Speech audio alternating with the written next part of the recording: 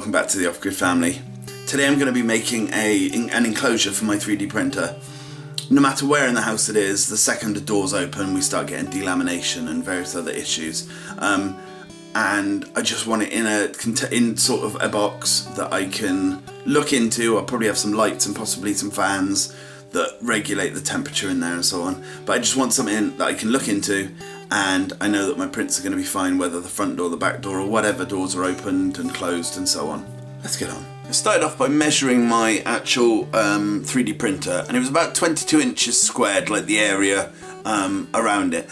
And then I found that these pieces of wood came in pieces that were, I think, about 24 inches, something like that. So I thought rather than cutting the 2 inches off, I might as well just leave it like it is. Now I've cut 6 pieces of wood in, well, let's just say 22-inch squares, and then I've cut 2 of them in half, like that, along the diagonal.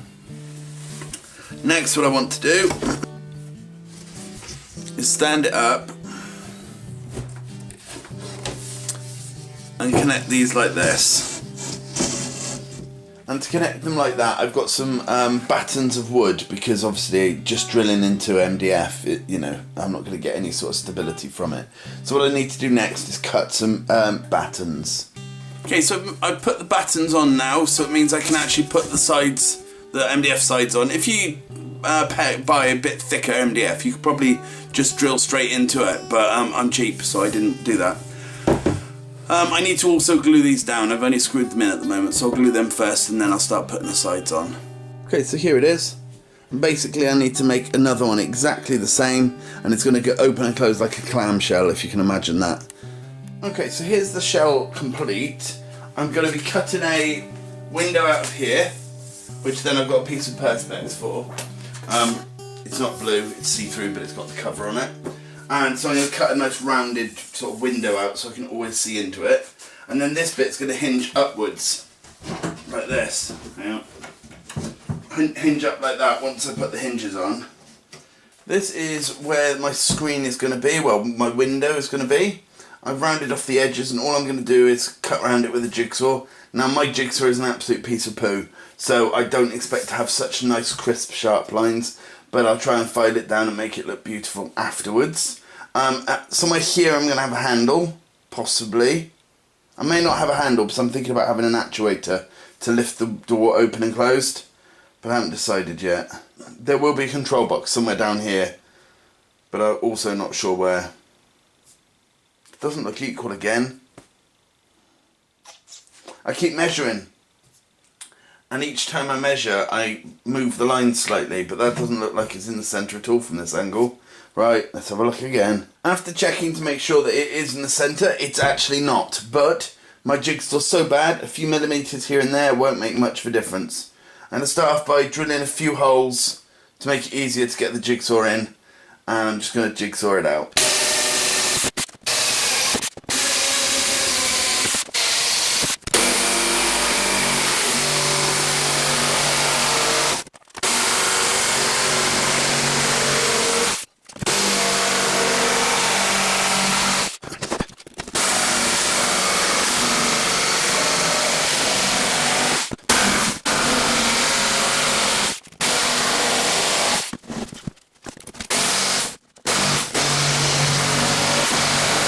There's my hole, and I actually think it turned out a little bit better than I'd actually thought it would. It's not perfect, but it'll do. Now I'm going to connect it to the base. This is the hinges I've decided on, which are big heavy duty garden hinges. As you'll see, there's lots of bits where I've cut out. I had different hinges on here, they just were not strong enough for what I've got to do. I want an actual actuator to lift this all up, so the hinges have to be really strong. And no matter how I set them up, the normal sized hinges, that sort, were just not strong enough, and I had 4 of them across here, but they just weren't strong enough. So I've gone with these garden ones. All of the stuff I've used, you know, everything apart from like the screws, which I recycle all the time, everything that I've actually bought for this project is in the description. For these hinges I've used quite long screws, which are these ones. They're quite long and quite fat, again recycled from something. These obviously at the moment they go right through into nothingness, but I'm going to put a batten of wood down this side here and here, and then I'm going to put extra battens behind here because the roof needs to be completely secure and stronger than the rest, because when the actuator pushes up, it's not an actuator I bought for this, so it's about £300 lifting, so if it's not quite right, it's just going to rip the whole thing to pieces. So if I put some more battens of wood just to strengthen all the areas that it'll need to be strengthened in. Okay, I've reinforced the roof. It's not anything major pretty, but it does its purpose. There are a few screws sticking out at the moment, which I'll just grind back in a bit. But this is now solid on here. I've screwed from both sides, so this is all solid. And the next thing I need to do now is the base of it to make that all solid. Another thing I did was I went round and I just re-screwed all of the pieces, like all the sides, just to make sure it's as strong as possible. So the top half now is completely finished, as in strengthening wise. I just need to now do the base of it. Okay, so here is the bottom supports I've put in, and the top ones, and obviously the actuator's been put in too. So I'll just show you the actuator working. I need to get limiter switches set up because at the moment it can literally pull itself apart.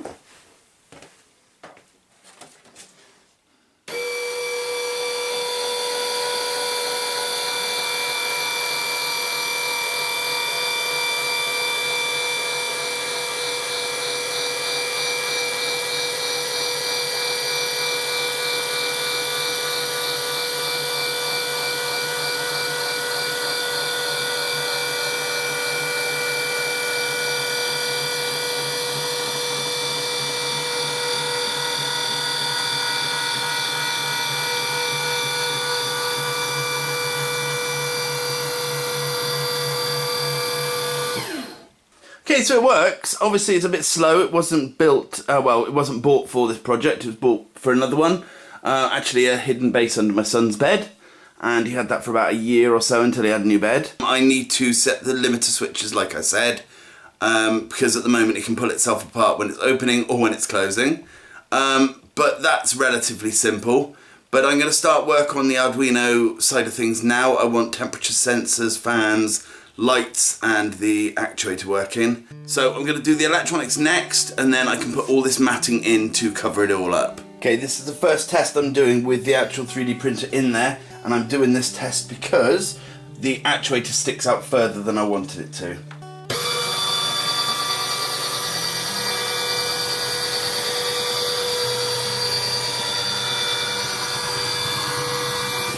Right, I just had to check. But there is plenty of room, and the bed can go as far back as it needs to without anything. I'll be moving bits around anyway on the bed. This is an old bed on here. But yes, it all fits absolutely perfect. Okay, so basically I want to now paint this whole thing black. I'm just going to use normal house paint. It may bubble when it gets too hot in there from the actual 3D printing and so on. I'm not entirely sure. Now one thing I need to do, I was going to do it before I painted, but I'm not going to bother, is I wanted to drill out some holes for the fans and various other bits that I'm doing, but I'm going to just do all that at the end, and then I'll just repaint over the bits that I've drilled out.